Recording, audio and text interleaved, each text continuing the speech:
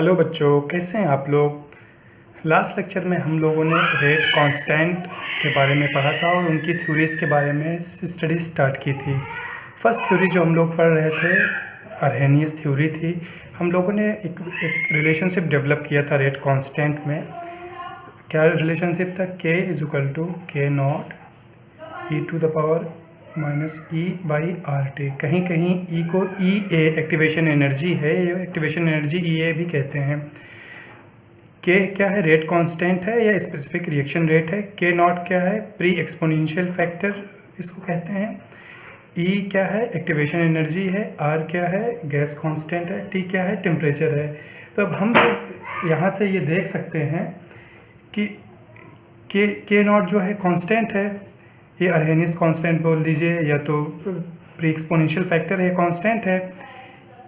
Are क्या है? Gas constant है, वो भी कांस्टेंट है, वो चेंज नहीं होता। तो के किस पे डिपेंड कर रहा है? एक एक्टिवेशन एनर्जी पे डिपेंड कर रहा है, एक टेम्परेचर पे डिपेंड कर रहा है। तो हम लोग पढ़ेंगे, यहाँ पे देखने की कोशिश करेंगे कि कैसे डिपेंड करता है।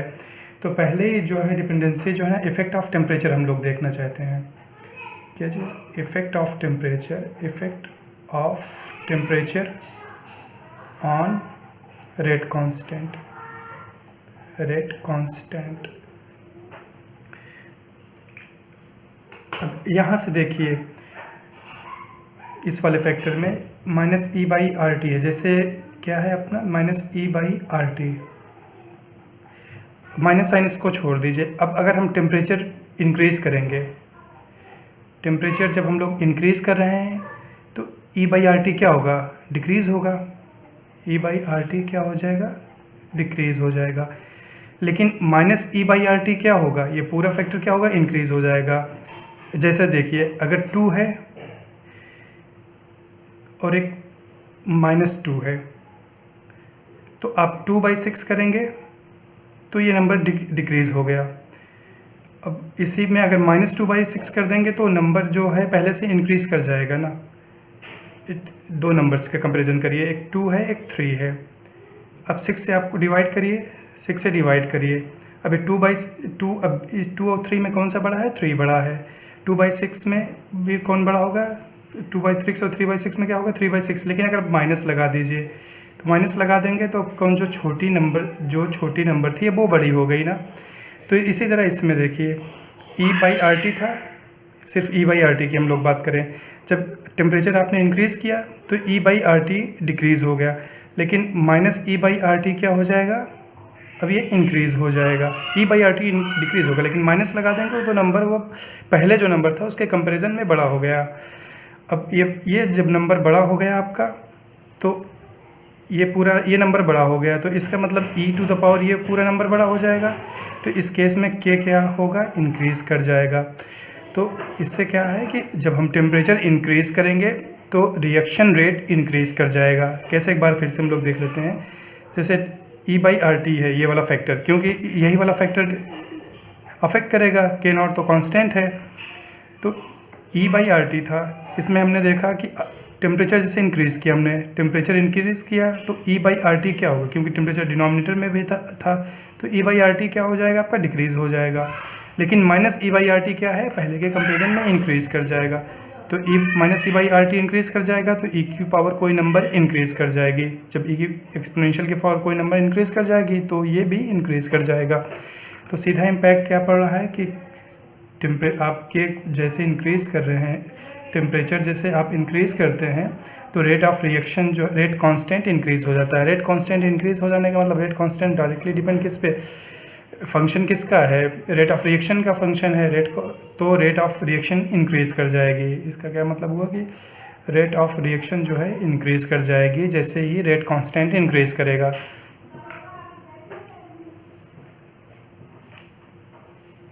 अब दूसरा क्या है आपके? Effect of activation energy. अब एक्टिवेशन एनर्जी का इम्पैक्ट देखिए। दूसरा क्या है? फर्स्ट ये था इफेक्ट ऑफ टेम्परेचर था। इसको दूसरी तरीके से भी अगर आप समझ सकते हैं, अगर ग्राफ से समझना चाहें तो ई की पावर एक्स का ग्राफ आप लोग को मालूम है, ई की पावर एक्स और ई की पावर माइनस एक्स का ग्राफ। देखिए, ई की पावर एक्स का ग्राफ इस तरह होता है, E to the power plus X का ग्राफ है ये। और e to the power minus X का ग्राफ क्या होगा, ये है e to the power minus X का ग्राफ। तो अब देखिए, जैसे आपने टेम्परेचर आपने डिक्रीज़ किया, टेम्परेचर आपने इंक्रीज़ किया, तो e बाई आर टी कम हो रहा है। ये आपका ये ग्राफ है माइनस e की पावर माइनस एक्स, तो माइनस एक्स ये पूरा हम लोग देख रहे हैं। तो जैसे आपने टेम्परेचर इंक्रीज़ किया तो ये पूरा फैक्टर क्या हो गया, ये पूरा फैक्टर इंक्रीज़ हो गया। e to the power minus R T क्या हो गया, डिक्रीज़ हो गया। तो अगर हम देखिए, ये अगर इसको पूरा देखेंगे तो इसको x मानेंगे तो ये वाला ग्राफ हम लोग देखेंगे। इसको पूरा अगर हम लोग x बोल देते हैं तो अपना ग्राफ यहाँ पे क्या हो जाएगा, k is equal to K naught e to the power x। अगर इसको माइनस साइन उनको इंक्लूड कर लेते हैं तो अब टेम्परेचर इंक्रीज़ कर रहे हैं तो x क्या हो रहा है, इंक्रीज़ हो रहा है। तो ये वाला ग्राफ देखेंगे, जैसे जैसे यहाँ पे ये x है आपका, x है, जैसे जैसे x इंक्रीज़ होगा वैसे e to the power x भी इंक्रीज़ होता जाएगा। तो दूसरी तरीके से इस तरह हम लोग समझ सकते हैं। अगर वहाँ से रिड्यूस करने में इसको प्रॉब्लम हो रही है कि ये कैसे हो रहा है कि जब टेम्परेचर बढ़ा रहे हैं तो e to the power R T E divide by R T decrease हो रहा है, लेकिन minus E by R T increase हो जा रहा है। Minus E by R T increase हो रहा है तो इसलिए रिएक्शन रेट जो है आपका रेट कांस्टेंट वो भी इंक्रीज़ हो जा रहा है, देयरफॉर रिएक्शन रेट इंक्रीज़ हो जा रही है। तो हम इस तरह समझ सकते हैं कि पूरे को हमने मान लिया कि x है, minus E to the power R T X है। तो जब टेम्परेचर हमने इंक्रीज़ किया तो minus E by R T increase हो गया, ई इंक्रीज़ हो गया, मतलब x क्या हुआ आपका इंक्रीज़ हो गया। x इंक्रीज़ हो गया तो ये क्या हुआ कि आपके e to the power x जो है वो भी इंक्रीज़ हो जाएगी। e की वैल्यू इसकी जो पूरा ये वाला फैक्टर है यहाँ से यहाँ तक वो इंक्रीज़ हो जाएगा। अगर माइनस साइन आप नहीं लेना चाहते हैं तो ये इस ग्राफ से हम लोग देख सकते हैं। जैसे e बाई आर टी आपने टेम्परेचर क्या किया, इंक्रीज़ किया, टेम्परेचर इंक्रीज़ किया तो e बाई आर टी क्या हुआ आपका, e by R T decrease हो गया। तो इस वाले ग्राफ से देखेंगे तो e बाई आर टी क्या है अपना x है, x क्या हुआ अपना डिक्रीज़ हुआ, x इस तरफ इंक्रीज़ हो रहा है, डिक्रीज़ हो रहा है तो e to the power minus X क्या हो रहा है, इंक्रीज़ हो रहा है। तो हम लोग जब टेम्परेचर इंक्रीज़ कर रहे हैं तो जो है रिएक्शन रेट इंक्रीज़ हो जा रही है, रेट कांस्टेंट इंक्रीज़ हो जा रहा है, देयरफॉर रिएक्शन रेट इंक्रीज़ हो जा रही है। तो ये टेम्परेचर का इम्पैक्ट है। इस वक्त जो है ना हम लोगों ने क्या किया था, ये एक्टिवेशन एनर्जी को चेंज नहीं किया था क्योंकि एक्टिवेशन एनर्जी टेम्परेचर पे डिपेंडेंट नहीं है। दूसरा क्या है, दूसरा हम लोग पढ़ेंगे इफेक्ट ऑफ क्या है, activation energy, effect of activation energy, A या ई कुछ भी कहिए, दोनों वर्ड यूज़ होते हैं। तो एक्टिवेशन एनर्जी अब हम लोग ये देखेंगे यहाँ से फिर से ई बाई आर टी है, ये वाला factor minus E by R T है। अब आप पॉजिटिव वाला देखिए, पहले माइनस साइन हम लोग कम कर देते हैं। आपने क्या किया, आपने ई इंक्रीज़ किया, एक्टिवेशन एनर्जी इंक्रीज़ किया तो क्या हुआ, ई बाई आर टी क्या हो गया, ये इंक्रीज़ हो गया, ई बाई आर टी इंक्रीज़ हो गया, लेकिन माइनस साइन लगा है तो क्या होगा, minus E by R T क्या हो जाएगा, डिक्रीज़ हो जाएगा। समझे कैसे, ई बाई आर टी पहले माइनस साइन हम लोग हटा लेते हैं, हम लोग ये पूरा फैक्टर ई टू पावर इसका इम्पैक्ट की स्टडी कर रहे हैं।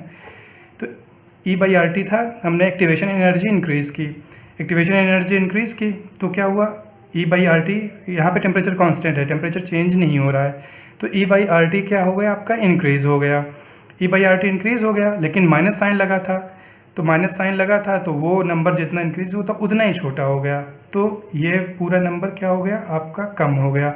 जब ये नंबर कम हो गया तो ई टू द पावर जो ये पूरा नंबर है आपका ई टू द पावर तो ये कम हो गया, ये कम हो गया, तो देयरफॉर आपका रेट कांस्टेंट क्या हो गया, वो कम हो गया।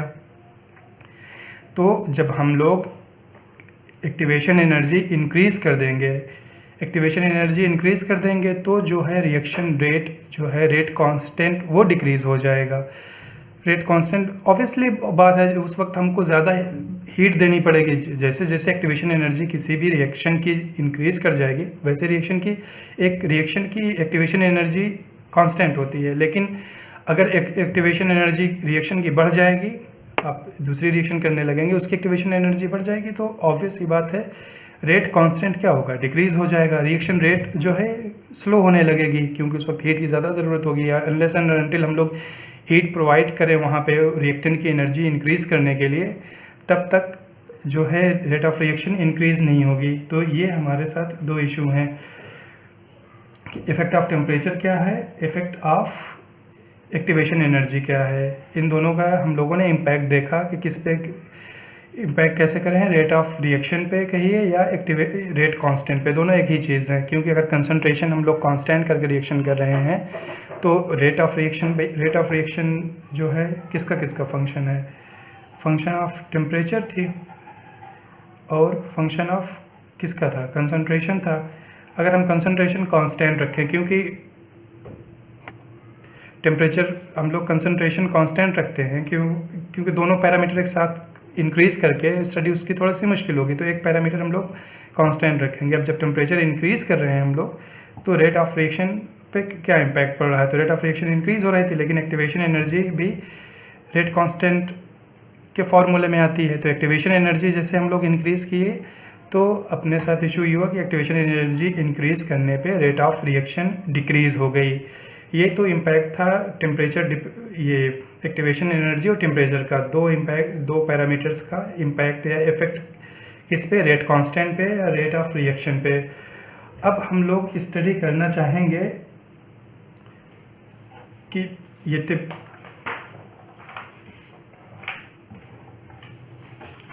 हम लोग स्टडी करेंगे कि ये टेम्परेचर पे किस तरह डिपेंड करती है। अगर दो टेम्परेचर हैं आपके, दो डिफरेंट टेम्परेचर हैं, तो उस पर ये रेट ऑफ रिएक्शन कैसे इंक्रीज़ करेगा या एक्टिवेशन एनर्जी कैसे हम लोग कैलकुलेट करेंगे। तो बेसिकली हम लोग जानते हैं K इज़ इक्वल टू क्या होता है, K is equal to K naught E to the power minus E A by R T. तो हम लोग इफ़ेक्ट ऑफ जैसे टेम्परेचर करना चाहें कि एक टेम्परेचर से दूसरे टेम्परेचर पे जाएंगे तो क्या इम्पैक्ट पड़ेगा। तो पहले हम लोग इफ़ेक्ट ऑफ टेम्परेचर देख रहे हैं, effect of temperature. Effect of temperature है, जैसे हमने टेम्परेचर T1 था तो उस वक्त क्या होगा, और बाकी ये K नॉट कांस्टेंट है और E जो है टेम्परेचर पे डिपेंड नहीं करता है एक्टिवेशन एनर्जी, तो E इसलिए कांस्टेंट रहेगा। तो जैसे अब टेम्परेचर T1 था तो उसके करस्पॉन्डिंग रेट कांस्टेंट क्या था, K1 था। अब टेम्परेचर हमने इंक्रीज़ करके क्या कर दिया, T2 कर दिया, तो रेट कांस्टेंट इंक्रीज़ होके टेम्परेचर हमने यहाँ पे इंक्रीज़ किया है तो इसलिए रेट कांस्टेंट भी इंक्रीज़ हो जाएगा, K2 हो जाएगा। इस पूरे प्रोसेस में जो एक्टिवेशन एनर्जी थी वो कांस्टेंट थी, वो चेंज नहीं हुई। तो इसको हम एक्सप्रेशन में किस तरह लिखेंगे, एक्सप्रेशन में लिखेंगे हम लोग K1 इज इक्वल टू क्या हो जाएगा आपका, K नॉट सेम रहेगा E to the power minus E A लिखिए, ई लिखिए, ई लिख रहे हैं divide by RT1 temperature first पे।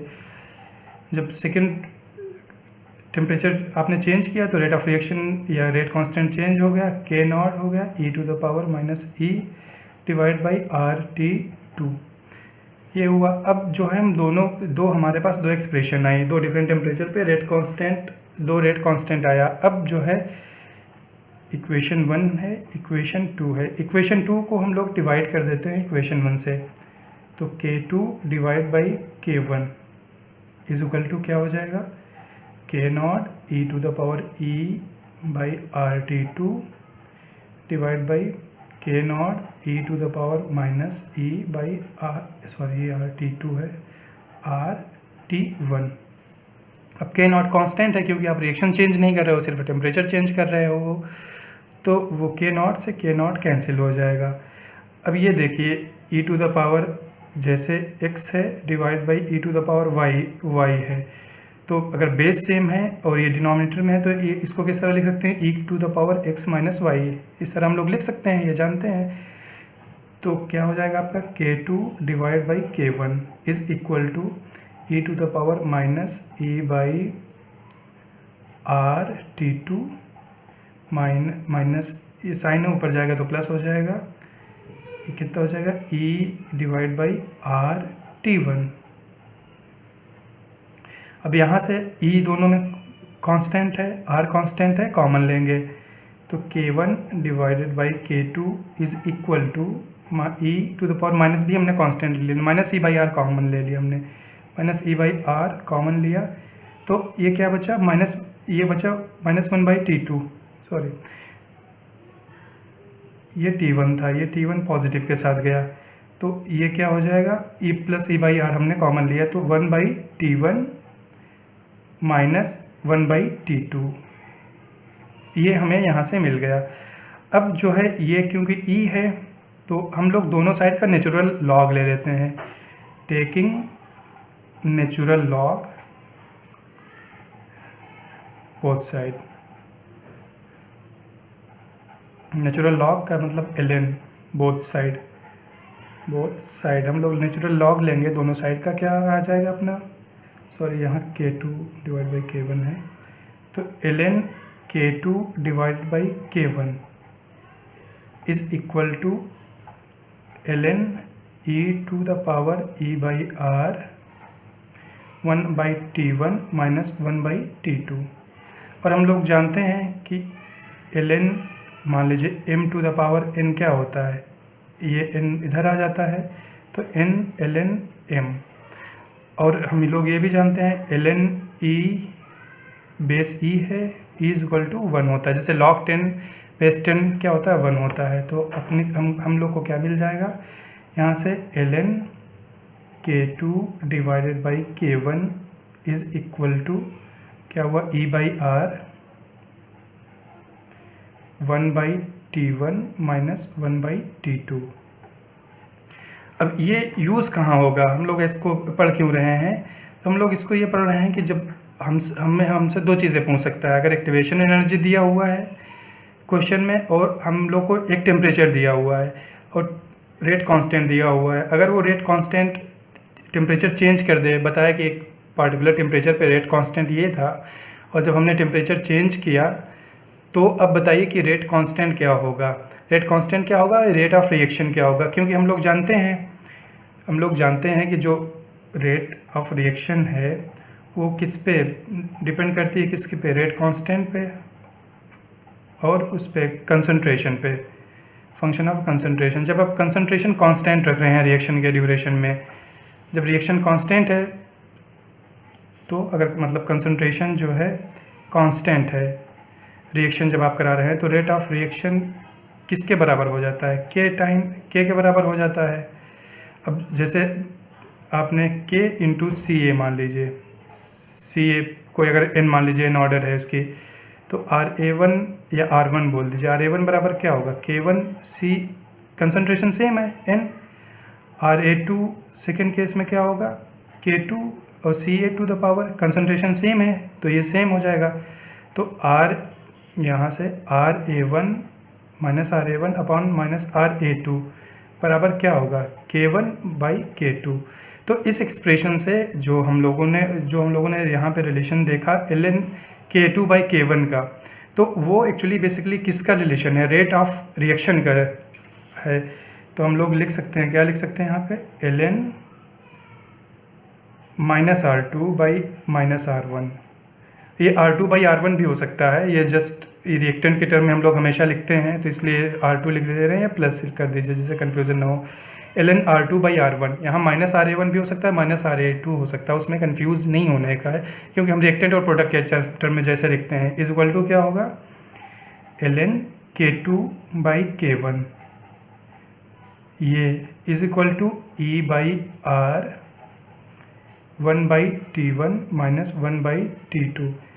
बेसिकली इस रिलेशन से हमें न्यूमेरिकल सॉल्व करने के लिए दिए जाएंगे, उसमें दिया जाएगा कि एक पार्टिकुलर टेम्परेचर पे रेट कांस्टेंट कुछ था, आपने टेम्परेचर चेंज करके ये कर दिया, तो बताइए कि रेट कांस्टेंट क्या होगा या रेट ऑफ रिएक्शन, वो रिएक्शन जो है आपका कितना टाइम्स इंक्रीज़ कर जाएगा, तो रेट ऑफ रिएक्शन कितनी टाइम्स इंक्रीज़ कर जाएगी, ये हम लोग से यहाँ से पूछा जा सकता है। ये केस 1 था जब हम लोगों ने एक्टिवेशन एनर्जी कांस्टेंट रखी थी और टेम्परेचर चेंज कर रहे थे। अब केस 2 क्या होगा कि एक्टिवेशन एनर्जी हम लोग जो है ना चेंज करेंगे और रेट ऑफ टेम्परेचर कांस्टेंट रखेंगे। तो केस 2 के बारे में हम लोग पढ़ना चाहेंगे। केस 2 क्या है, टेम्परेचर कांस्टेंट है, टेम्परेचर कांस्टेंट है, एक्टिवेशन एनर्जी चेंज कर रहे हैं हम लोग, चेंज कर रहे हैं क्या चीज़, एक्टिवेशन एनर्जी। तो जैसे आपका रेट कांस्टेंट K1 था, एक्टिवेशन एनर्जी E1 थी, E1 AE1 हम लोग बोल देंगे। अब जैसे ही आपने एक्टिवेशन एनर्जी मान लीजिए कि इंक्रीज़ कर दी, एक्टिवेशन एनर्जी आपने इंक्रीज़ कर दी, तो क्या होगा, एक्टिवेशन एनर्जी जैसे ही इंक्रीज़ करते हैं हम लोग, वैसे क्या होता है, रेट कांस्टेंट क्या हो जाता है, कम हो जाता है। तो रेट कांस्टेंट, पहला तो हम लोग देखेंगे कि ये एक्टिवेशन एनर्जी चेंज कैसे कर सकते हैं। एक्टिवेशन एनर्जी पहले देखेंगे हम लोग चेंज कैसे कर सकते हैं, और उसके बाद फिर चेंज का इम्पैक्ट पढ़ेंगे। या पहले हम लोग इम्पैक्ट पढ़ लेते हैं, फिर देखेंगे कि हम एक्टिवेशन एनर्जी चेंज कैसे कर सकते हैं। बेटर होता कि पहले हम लोग पढ़ लेते हैं कि एक्टिवेशन एनर्जी चेंज कैसे कर सकते हैं, लेकिन हम लोग देखते हैं कि जो है ये पहले कंडीशन में जब टेम्परेचर मान लीजिए E1 जब एक्टिवेशन एनर्जी थी तो रेट कांस्टेंट K1 था, E2 जब एक्टिवेशन एनर्जी हो गई तो रेट कांस्टेंट K2 हो गया। यहाँ पे हम लोग ये मान रहे हैं कि E1 जो है ग्रेटर देन E2 है, तो एक्टिवेशन एनर्जी पहले ज़्यादा है तो रेट कांस्टेंट कम होगा। एक्टिवेशन एनर्जी जैसे ही हमने डिक्रीज़ कर दी तो रेट कांस्टेंट हो जाएगा। तो देयरफॉर इससे क्या होता है कि K2 जो होगा वो बड़ा होगा K1 से। ये इतना रिलेशन हम लोग डेवलप कर सकते हैं, क्योंकि जानते हैं ना कि एक्टिवेशन एनर्जी ज़्यादा तो रिएक्शन रेट जो है या रेट कांस्टेंट कम हो जाएगा। तो हम लोग की इक्वेशन क्या थी, K is equal to K0 e⁻e/RT थी। K1 जब एक्टिवेशन एनर्जी E1 होगी तो K1 is equal to K0 e⁻e1/RT। K2 is equal to क्या होगा, K0 e⁻e2/RT। Equation 1, equation 2, equation हम लोग जो इक्वेशन 2 से को डिवाइड करेंगे इक्वेशन 1 से, तो हमें क्या मिलेगा, K2/K1 is equal to K0 e⁻e2/RT divided by K0 e⁻e1/RT। K0 से K0 कैंसिल हो जाएगा। सिमिलरली जैसे पिछली बार किया था, K2/K1 इज इक्वल टू क्या हो जाएगा आपका, e⁻e2/RT plus e1/RT। Natural log both side ले लेंगे, या भी एक स्टेप और सिंप्लीफाई कर दें। K2/K1 इज इक्वल टू क्या होगा, e⁻, क्या है 1/RT कॉमन है, 1/RT कॉमन है तो E1 प्लस के साथ था माइनस E2, ये हो गया। अब टेकिंग नेचुरल लॉग, तो taking natural log both side करेंगे तो ln K2/K1 is equal to क्या हो जाएगा, ln E करेंगे तो ये एक स्टेप में कर दे रहे हैं, ln E 1/RT E1 minus E2, तो ln K2/K1 is equal to, ये पावर है ये बाहर आ जाएगी, 1/RT E1 माइनस E2। अब देखिए, क्योंकि ये देख रहे हैं हम लोग ln है, ln के अंदर अगर जैसे दो नंबर्स को डिवाइड कर रहे हैं तो अगर दोनों K2 बड़ा होगा तो 1 से डिवाइड करेंगे तो हमेशा 1 से ज़्यादा आएगा फैक्टर जो है। तो ln जो 1 से बड़ा कोई भी नंबर होगा तो उसका ln पॉजिटिव आता है, तो ये नंबर पॉजिटिव आएगी। अब यहाँ पे एक्चुअली वैसे तो हम लोग हर जगह चेंज देखते हैं, तो चेंज E2 माइनस E1 देखते हैं, लेकिन हम लोग जानते हैं ना कि E1 यहाँ पे ग्रेटर है, तो इसलिए E1 पहले लिख रहे हैं हमेशा, activation energy E1 minus E2। तो ये रिलेशन हो गया, तो ये भी रिलेशन किसके टर्म में हो गया, रेट ऑफ रिएक्शन के टर्म में। तो ln R2 बाई हम लोग कैसे क्या लिख सकते हैं, ln R2/R1, क्योंकि R1 और R में स्ट्रेट रिलेशन होता है, is equal to ln K2/K1 is equal to 1/RT E1 minus E2।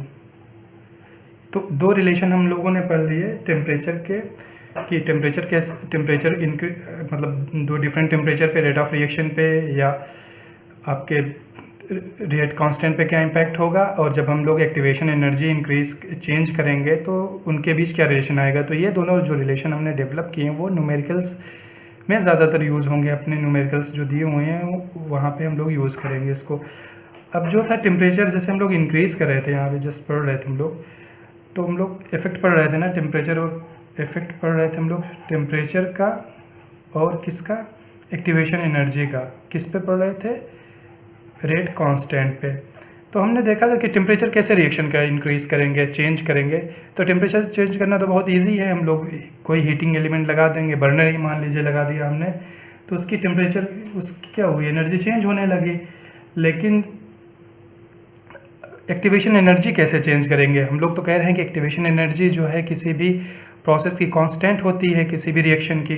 तो एक्टिवेशन एनर्जी चेंज करने के लिए हम लोग क्या करते हैं, कैटलिस्ट यूज़ करते हैं।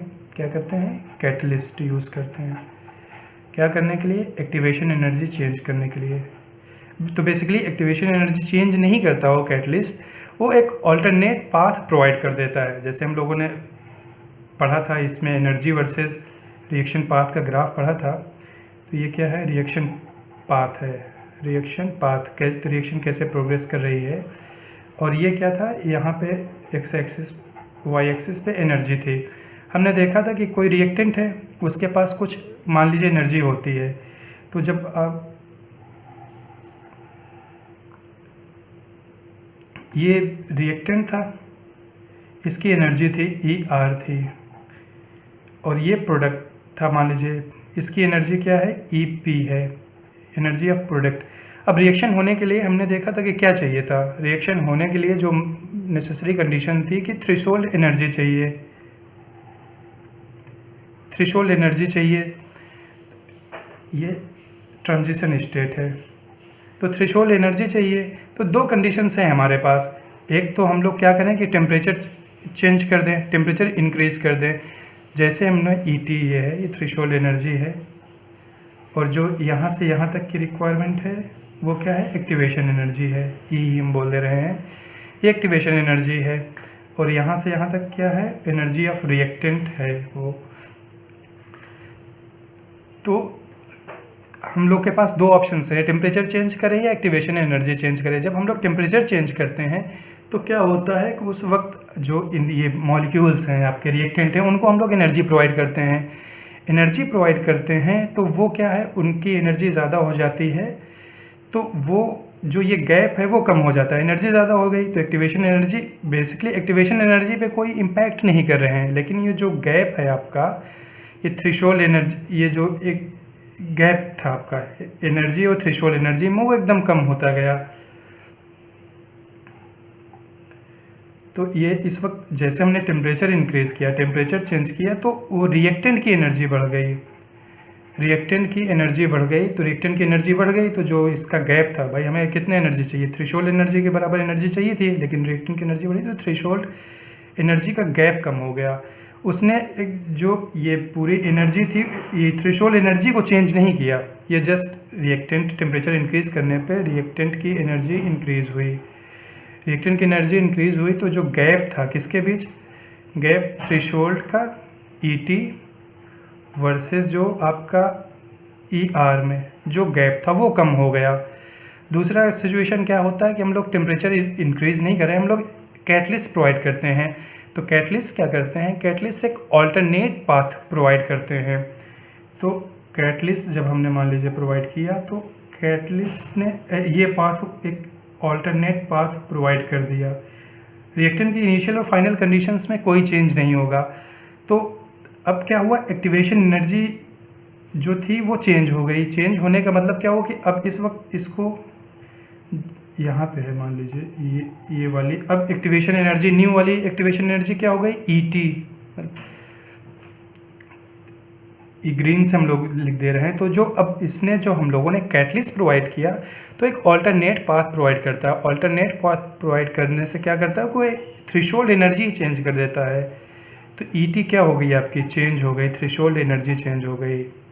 तो दो कंडीशंस हैं हम लोग के टेम्परेचर जो ये इम्पैक्ट है।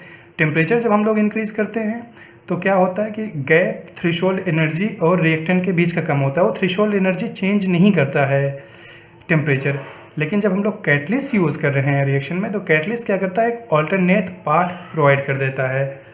ऑल्टरनेट पाथ जब प्रोवाइड करता है तो जो थ्रेशोल्ड आपकी ये जो थी ट्रांजिशन स्टेट यहाँ तक आना चाहिए था उसको पहले केस में, अब जब हम लोगों ने कैटलिस्ट प्रोवाइड कर दिया उसको, तो अब यहाँ तक ही इस एनर्जी लेवल तक ही आना है। न्यू ट्रांजिशन मान लीजिए ट्रांजिशन स्टेट हो गई, तो कैटलिस्ट प्रोवाइड करता है आपको ईटी, वो चेंज कर देता है, थ्रेशोल्ड एनर्जी ही चेंज कर देता है और थ्रेशोल्ड एनर्जी को कम कर देता है। जबकि टेम्परेचर जब हम लोग इंक्रीज करते हैं तो टेम्परेचर जो है थ्रेशोल्ड एनर्जी को कम नहीं करता, थ्रेशोल्ड एनर्जी सेम रहती है। वो एनर्जी जो रिएक्टेंट को है उसको एनर्जी देता है, तो रिएक्टेंट की एनर्जी बढ़ने लगेगी। यहाँ पे देखिए ये यहाँ से बढ़ने लगेगी, तो ये गैप जो है अपना वो कम हो जाएगा। तो ये दो टाइप के थे कि जो इम्पैक्ट कर रहे थे आपकी रिएक्शन को, रेट कांस्टेंट को, और ये किस तरह इम्पैक्ट कर रहे थे, ये यहाँ पे हम लोगों ने स्टडी की। अब हम लोग ये ग्राफ देख लेते हैं टेम्परेचर का, ये अपना के का, और वो टेम्परेचर पे कैसे डिपेंड करेगा। तो ग्राफ हम लोग देखना चाह रहे हैं। हम लोग के पास रिलेशन क्या है, k is equal to K naught E to the power minus E by R T, ये ग्राफ है हम लोग के पास। अब इस ग्राफ से एक कंडीशन ये है कि हम लोग जो है पहली कंडीशन में एक पैरामीटर को कांस्टेंट रखेंगे। मान लीजिए ई ए को हम लोगों ने कांस्टेंट रखा है, एक्टिवेशन एनर्जी कांस्टेंट है, एक्टिवेशन एनर्जी कांस्टेंट है। तो अब हम लोग नेचुरल लॉग बोथ साइड ले रहे हैं, तो natural log both side, natural log both side, तो ln k is equal to क्या हो गया, ln k naught plus ln e to the power minus e by R T, ये हो गया। हम जानते हैं ln m to the power n का क्या होता है, अभी हमने पढ़ा था। जैसे ln है m to the power n, तो n बाहर आ जाता है, n ln m तो बाहर आ जाएगा, तो ln k नॉट प्लस ये माइनस साइन हो जाएगा e by R T, ln e, और ln e कितना हो जाएगा, 1 हो जाएगा। तो थोड़ा सा रीअरेंज करें हम लोग इस इक्वेशन को, ln k is equal to minus e by R into 1 by T plus ln k naught उधर था। अब इसको कंपैरिजन हम लोग करेंगे किससे, जैसे हमारे पास एक इक्वेशन होती है y is equal to M X plus C, तो इसका हम लोग ग्राफ बना के देखते हैं। y equal to X axis पे ये y एक्सिस पे क्या है हमारा, y है, y की जगह क्या है अपना ln k है, ये मान लीजिए ln k हुआ, और x अपना क्या है 1 बाई टी हुआ, तो ये 1 ओवर टी है। तो इसका जो ग्राफ आएगा, स्लोप किसका है, स्लोप कितना है, नेगेटिव है, स्लोप नेगेटिव है। और ये इंटरसेप्ट कितना है y एक्सिस पे, जब ये x का टर्म 0 हो जाएगा तो x इंटरसेप्ट कितना आएगा, ln k नॉट, तो ये ln k नॉट है इंटरसेप्ट। अब क्या हुआ कि स्लोप नेगेटिव है, तो अपना ग्राफ कुछ इस तरह बनेगा। इसका जो स्लोप निकालेंगे हम लोग, स्लोप कितना आएगा, यहाँ ग्राफ से क्या शो रहा है, स्लोप बराबर माइनस होगा e बाई आर। अब देखिए इसको ग्राफ को थोड़ा सा हम लोग समझने की कोशिश करते हैं।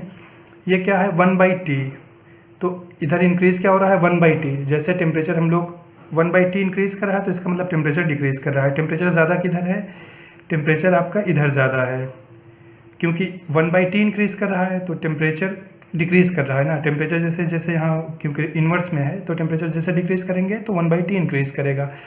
तो हम लोग जब जानते हैं कि जैसे टेम्परेचर इंक्रीज़ करेंगे मतलब इस साइड हम मूव करेंगे, इस साइड मूव करेंगे, तो ये देख लीजिए इस साइड मूव करेंगे तो अपना क्या हो रहा है, के बढ़ रहा है, ln k बढ़ रहा है, ln k बढ़ रहा है, तो इसका मतलब क्या हुआ कि रिएक्शन रेट, जो रेट कांस्टेंट है वो भी इंक्रीज़ कर रहा है। जैसे हम लोग टेम्परेचर जैसे हमने कम किया, टेम्परेचर जैसे मान लीजिए कि हमने ये कम कर दिया, टेम्परेचर ये कम किया, राइट साइड जाएंगे तो टेम्परेचर कम होता जा रहा है, कम हुआ तो फिर ln k की वैल्यू क्या हो गई, कम हो गई। यही अभी हम लोग पढ़ रहे थे कि जैसे जैसे हम लोग टेम्परेचर इंक्रीज़ करेंगे, मतलब इस तरफ मूव करेंगे, तो रेट कांस्टेंट जो है आपका इंक्रीज़ करेगा।